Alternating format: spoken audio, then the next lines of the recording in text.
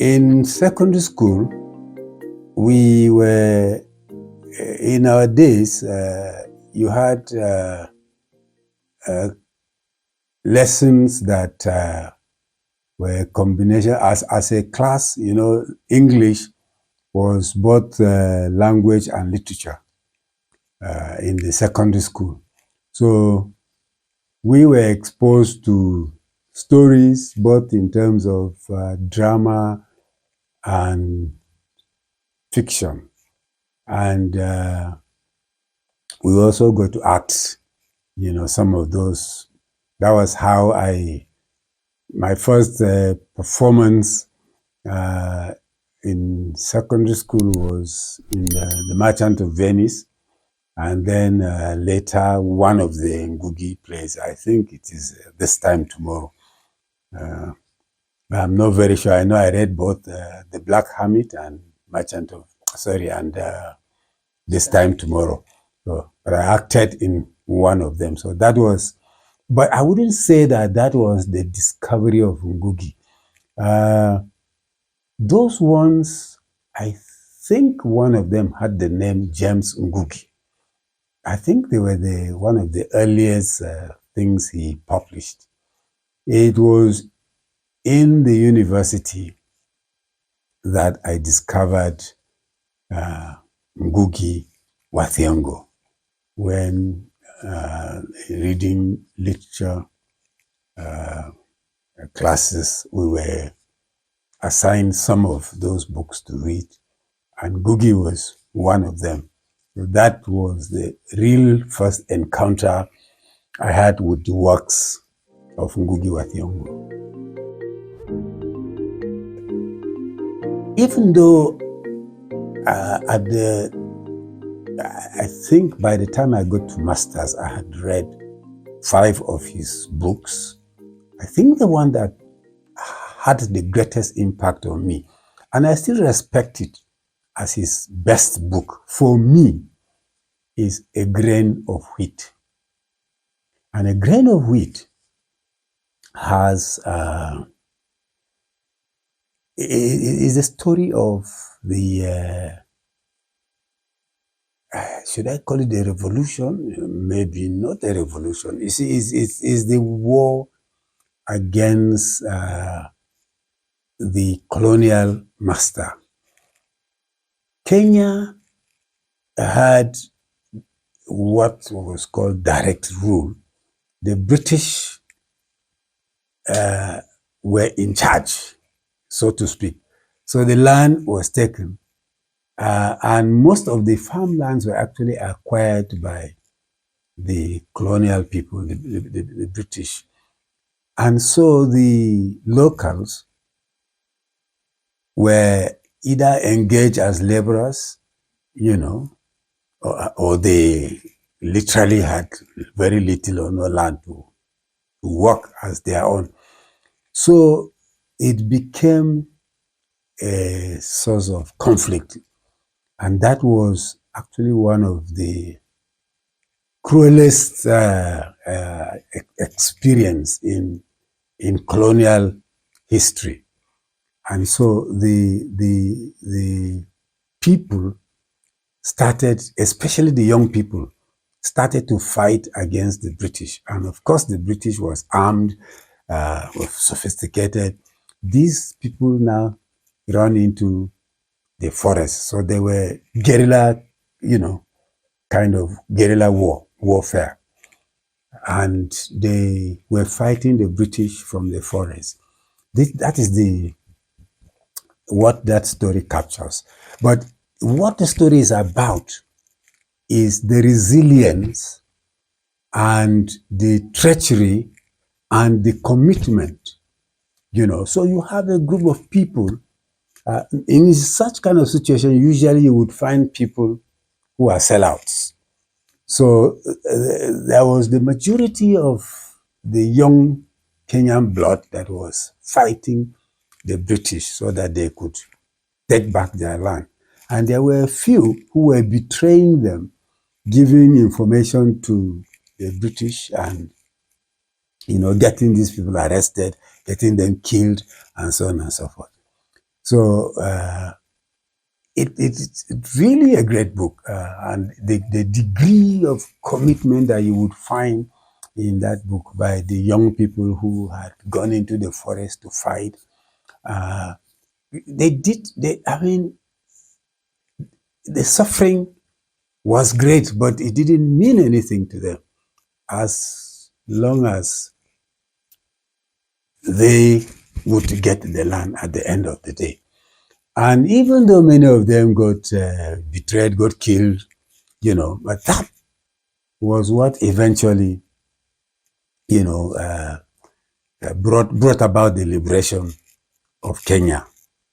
So, and that commitment, to motherland, that fight, that courage, by the young people was something that really stuck on my mind. The other more revolutionary, outwardly, brazenly revolutionary books like Petals of Blood really didn't make that impression on me. Even the Weep Not Child, that's where the movement started from. The movement into the forest and beginning to fight the white man started from there. But it's still made a greater impression on me than the later books, because those ones only demonstrated, the desires to bring sanity to the society. By then, the colonial system had gone, but neo-colonialism had come in. So people were still trying to, fight the system, but those fights didn't have the kind of effort and commitment, that I saw in A Grain of Wheat. So it still remains the best of my books. A Grain of Wheat still has the biggest impact on me, because I feel that sense of commitment and sacrifice by individuals for fatherland, for motherland. Without commitment, without sacrifice, I don't think people can get freedom from any captor freely, especially in the case of where land and invaders is concerned.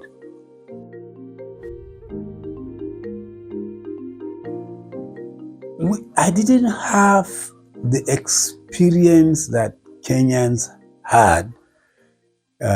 Nigeria did not go through that direct rule system. So we got independence, on the platter of gold. But you see, you can identify with your brother. I mean, every African country. And I grew up at a time when Africa was struggling through colonialism to become free. By 1960, I was already in school. And, most of the countries got independence from around that 60 up to about 67, thereabout, when most of the countries. So I could relate with the struggle for independence. So it made me, the book made me feel as if I was part and parcel of the struggle for independence. And when you are a young man, when you are growing up, you always have that zeal. You want to be part of everything, that is happening. And there were stories, about Africa as a whole. South Africa, for example, was going through a lot with the apartheid system. generally in Southern Africa, not only South Africa alone, even places like Zimbabwe,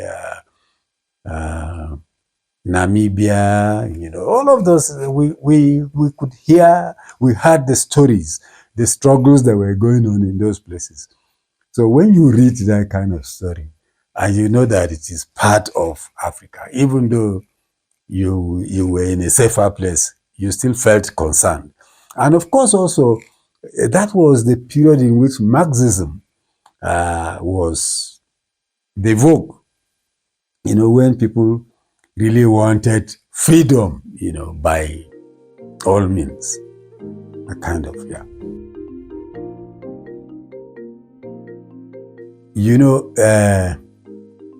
Ngũgĩ, to talk about perhaps what stands out for me is the, you cannot, there is no subtlety in his effort, to speak out, to speak the truth, to say the truth, to reject what is on the ground that he wants taken away, if that's the best way I can put it. So his language is very aggressive. I mean, he creates characters that are determined, including women, that are determined, to bring down whatever ugly system that is imprisoning, maybe, or enslaving the people. So, revolutionary characters are all over in his works, and their language, and sometimes even himself as the writer, you can see that he intrudes, into the narrative. For example, by jumping into the first person narrative, to say, we will do this, and that kind of stuff. So I think that is what stands out for me in his writing. I mean, it's like, it doesn't mince word, it doesn't polish. I don't know how best to put it. It doesn't have the desire to disguise, anything to make it pleasant for you, the reader of it. I mean, look, it's all out. Say it as it is. And, and the characters, that's what they do. So.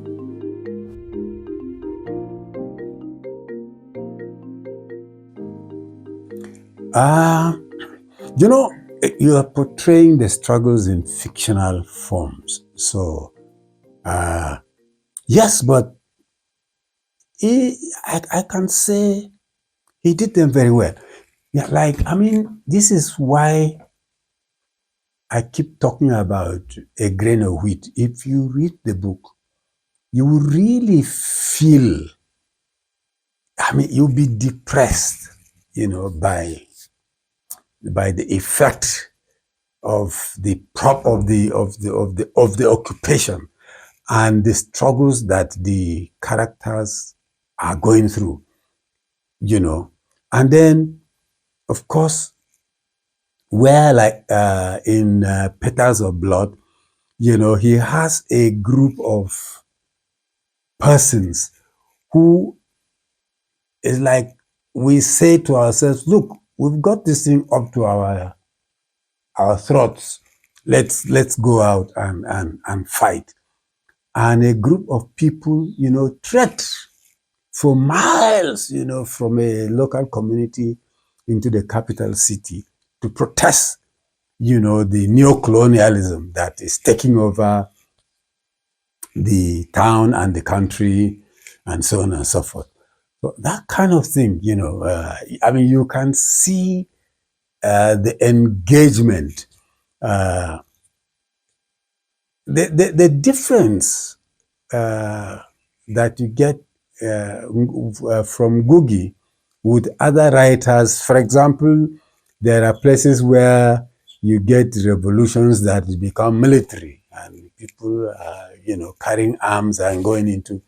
But for Ngũgĩ, it is the masses, it is the people. And usually the people are led by the enlightened ones, okay? Which is to promote the pleasure of education and, of course, perhaps, in my own words, the pleasure of reading. So, because for a people to fight and win that kind of battle, you need focused leadership. You need an enlightened leadership. So, and because, of course, like I said, he has a Marxist mind and tendency. The language, of course, more often than not, is very Marxist. In fact, one of the characters in Petals of Blood, I can't remember the name of that character now, but he actually represents, the Marxists that amongst the characters. So that's it. If I had 5 minutes with Ngũgĩ, I think I'll spend the first 3 minutes praising him for what he has done for Africa. You see, people have raised questions as to his not having been given the Nobel laureate. And my answer to it has always been, who owns the Nobel laureate? It's the people that he is fighting. And if they don't give him, I wouldn't be surprised. I don't think it is for want of quantity or quality of work that he has not been given, that award. So I would tell him, my big brother, never mind.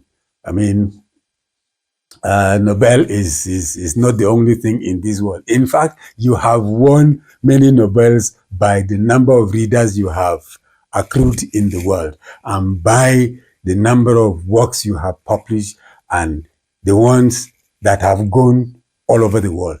Your picture, your mind is spread all over the world. And so I think I would tell him that I think you have achieved what I would have loved for you to achieve. You have achieved it, therefore, never mind. If one of these things were to be turned into a book,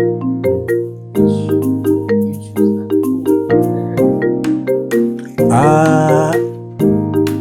it would be very tough for me to choose a grain of wheat as much as I love it. The reason is that, you see, when you are going to take a book for the movie, you have to look at pictures.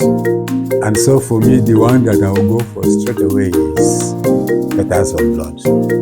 That is the book I would go for. And of course, I would direct it myself.